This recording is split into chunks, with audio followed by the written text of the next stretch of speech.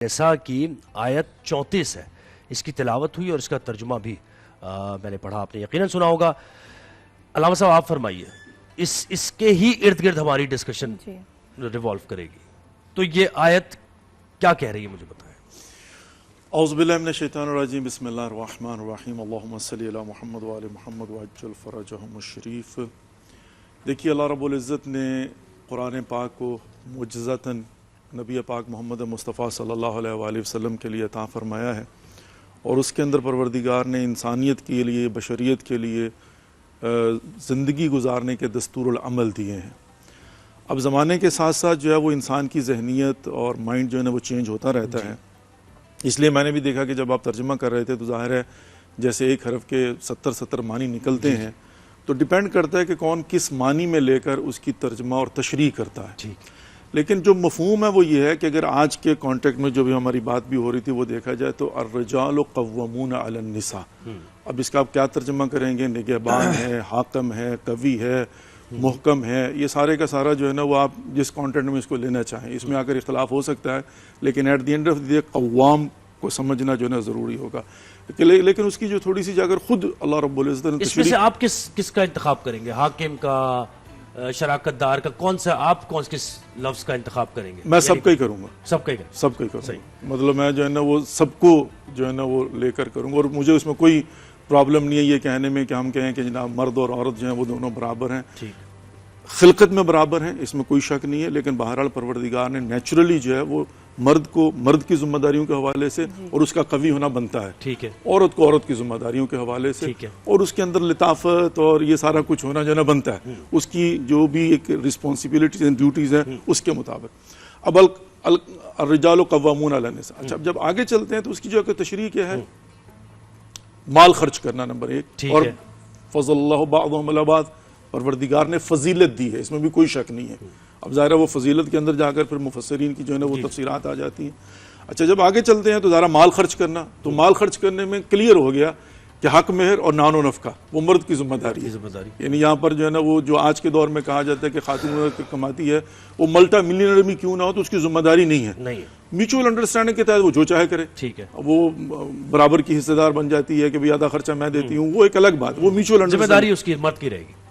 ہو ہی نہیں سکتی، یعنی جو ہے نا وہ لیکن میوچول انڈرسٹینڈنگ جو ہے نا ایک الگ بات ہے، اس میں آ کر جو ہے نا وہ پھر ایک گریس پیریڈ جو ہے نا وہ آ جاتا ہے۔ اچھا آگے جاتے ہیں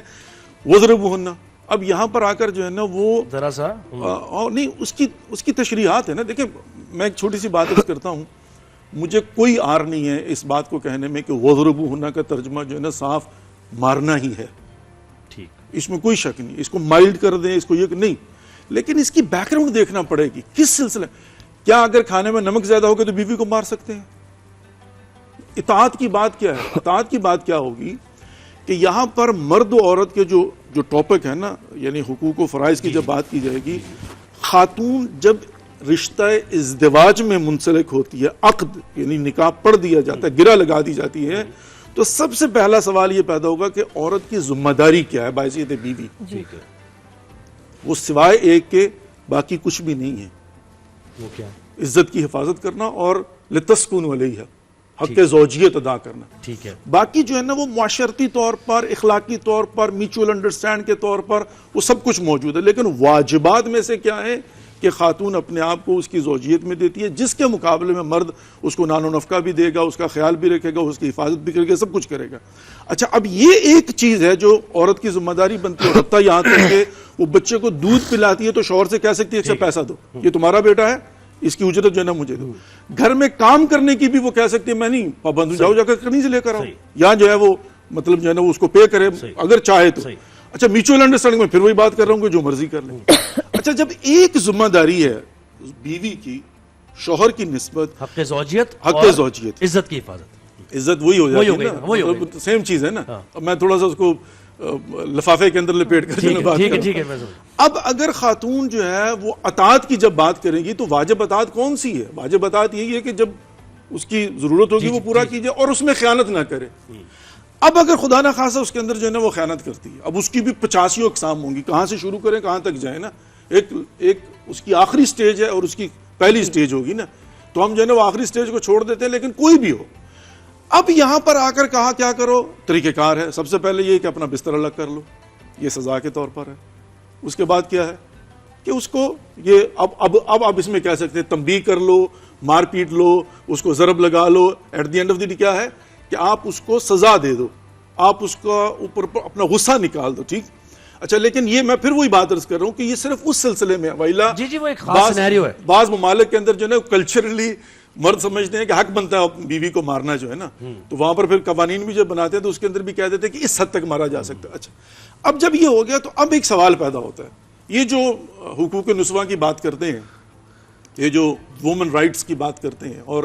میں 2 مثالیں دوں گا صرف. نمبر 1 یہ ہے کہ ابھی انگلینڈ کا جو ہے نا وہ قانون بنا ہوا گرومنگ کے حوالے سے نا، وہ کہتے ہیں جی کہ اگر کسی مرد نے خاتون کو گروم کر کے یعنی گفٹ دے کر اس کا مائنڈ بنا دیا اور اس کے ساتھ جو ہے نا وہ تعلقات قائم کر لیے، اور اگرچہ وہ راضی ہے لیکن اس میں مرد قصور ہے. کیوں؟ دوسرے معنی وہ کہتے ہیں کہ اس نے عورت کو بے وقوف بنایا، یعنی وہ مانتے ہیں کہ نعوذ باللہ من ذالک عورت جو ہے نا بے وقوف ہے. اب ہم تو کہتے ہیں ناقص لگا، وہ کہتے ہیں بے وقوف ہے، یعنی مان رہے ہیں لیکن دوسرے زمانے میں کہ نہیں جی عورت تو پرائم منسٹر بن سکتی ہے، پریزیڈنٹ بن سکتی ہے، اس میں کوئی فرق نہیں ہے. بھائی فرق نہیں ہے تو اس کو بے وقوف کیوں تسلیم کر رہے ہو سزا دینے کے معاملے میں 10 سال کے بعد بھی جا کر کہتے ہیں. اچھا، اس کے بعد کیا ہے،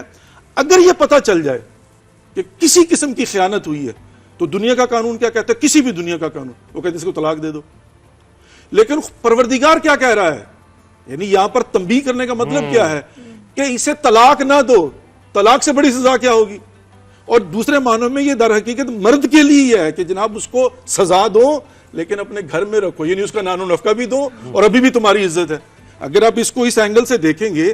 کہ جہاں پر مرد ہر چیز اس کو دے رہا ہے اور اس کے مقابلے میں جس چیز پر اس کی ذمہ داری بنتی ہے اگر اس میں جا کر وہ کوتاہی کرتی ہیں تو یہاں پر مرد کو یہ حق پہنچتا ہے، اور ایٹ دی اینڈ میں سمجھتا ہوں یہ بھی عورت کی فیور میں جاتا ہے. جی مفتی صاحب آپ بتائیے گا اس پہ روشنی ڈالیں. نہیں، بالکل یہ درست بات کی ہے انہوں نے، اور ہم اس بات کی تائید کرتے ہیں. قرآن مجید فرقان حمید کا جو ہے نا اس کو سمجھنے کے لیے اس کا سیاق و سباق دیکھنا پڑتا ہے، اور پھر اس کا جو نزول کا موقع ہے. تو یہ نزول کا موقع بھی حضرت سعد بن ربیع ایک صحابی ہیں، اور انہوں نے اپنی بیوی کو مارا اور اس زور سے مارا کہ چہرے پر نشان پڑ گیا. تو یہ معاملات تربیت کے لیے ہوتے ہیں. وہ بارگاہ رسالت مآب صلی اللہ علیہ وسلم میں اپنے والد کے ساتھ آ گئی اور شکایت کی. تو اس موقع پر یہ آیہ مبارکہ جو ہے وہ نازل ہوئی ہے کہ یہ جو مارنا ہے نا اس کو یہ بھی سمجھنا ہے کہ ایک ضرب مارنا. اب یہ نہیں ہے کہ آدمی جو ہے نا وہ بیوی کو مارنا ہی شروع کر دے اور جان سے مار دے، جیسا کہ ہمارے معاشرے میں بعض جگہوں پر ہوتا ہے. لیکن اس سے پہلے کی کیا چیزیں ہیں کہ عورت نے کیا کرنا ہے، مرد کی کیا ذمہ داریاں ہیں، یہ آخری جو ہے وہ مرحلہ ہے. جیسے حضرت نے کہا طلاق سے پہلے یعنی آپ یہ دیکھیے کہ زخم آپ کو لگے گا تو وہ بھر جائے گا، لیکن جب آپ نے صیغے طلاق کے کہہ دیے تو طلاق تو واقع ہو جائے گی، پھر تو واپس نہیں ہوگی. پھر لوگ ڈھونڈتے پھرتے ہیں کہ کوئی ایسا مولوی مل جائے جس سے جو ہے نا وہ طلاق واپس ہو جائے، معاملات ہو جائیں. تو اس لیے ان باتوں کو جو ہے نا وہ سمجھنے کی ضرورت ہے. اور معاشرے اور سوسائٹی میں یہ جو قرآن مجید فرقان حمید نے کہا نا الرجال قوامون علی النساء بما فضل اللہ علی بعضهم علی بعض، ہم نے بعض کو بعض پر جو ہے نا وہ مرتبہ دیا ہے. تو یہ مرد کو جو قوی کہا ہے نا، یہ کچھ معنوں میں قوی ہے، کچھ معنوں میں عورت کے اختیارات چلتے ہیں. کیونکہ دیکھیں قرآن مجید فرقان حمید میں ایک دوسرے مقام پر میں اس کو سمجھانے کے لیے عرض کرتا ہوں، تلک الرسل فضلنا بعضهم علی بعض، ہم نے رسولوں میں سے بعض کو بعض پر فضیلت دی ہے. ٹھیک ہے، یہ تلکا اس میں اشارہ ہے، مفہوم مبصر کے لیے استعمال ہوتا ہے. یہ اس میں نبی کریم صلی اللہ علیہ وسلم کی بات نہیں ہو رہی، دوسرے رسولوں کی بات ہو رہی ہے. نبی علیہ السلام کا مقام و مرتبہ بہت بلند ہے، لیکن اس بلند مقام و مرتبے کے ساتھ حضور علیہ السلام کیا کہہ رہے ہیں، مجھے میرے بھائی یونس پر، مجھے میرے بھائی یوسف پر فضیلت نہ دو. لیکن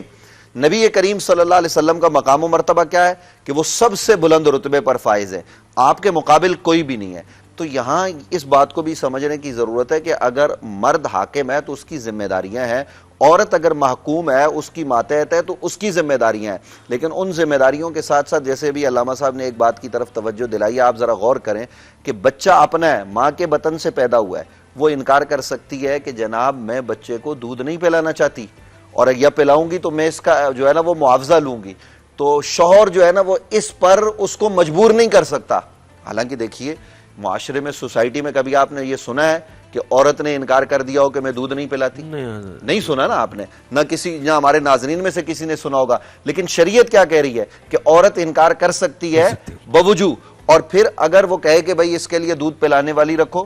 اس کا انتظام کرو، تو مرد کے ذمے پر ہے. اور پھر اس کے بعد وہ کہے اگر ٹھیک ہے مجھ سے پلوانا ہے تو میں اتنا معاوضہ لوں گی، تو بھی اس کو دینا پڑے گا. تو جہاں اتنی شریعت اجازت دیتا ہے, شریعت نے ہمیں جو ہے نا وہ اجازت دے رکھی ہے, وہاں اگر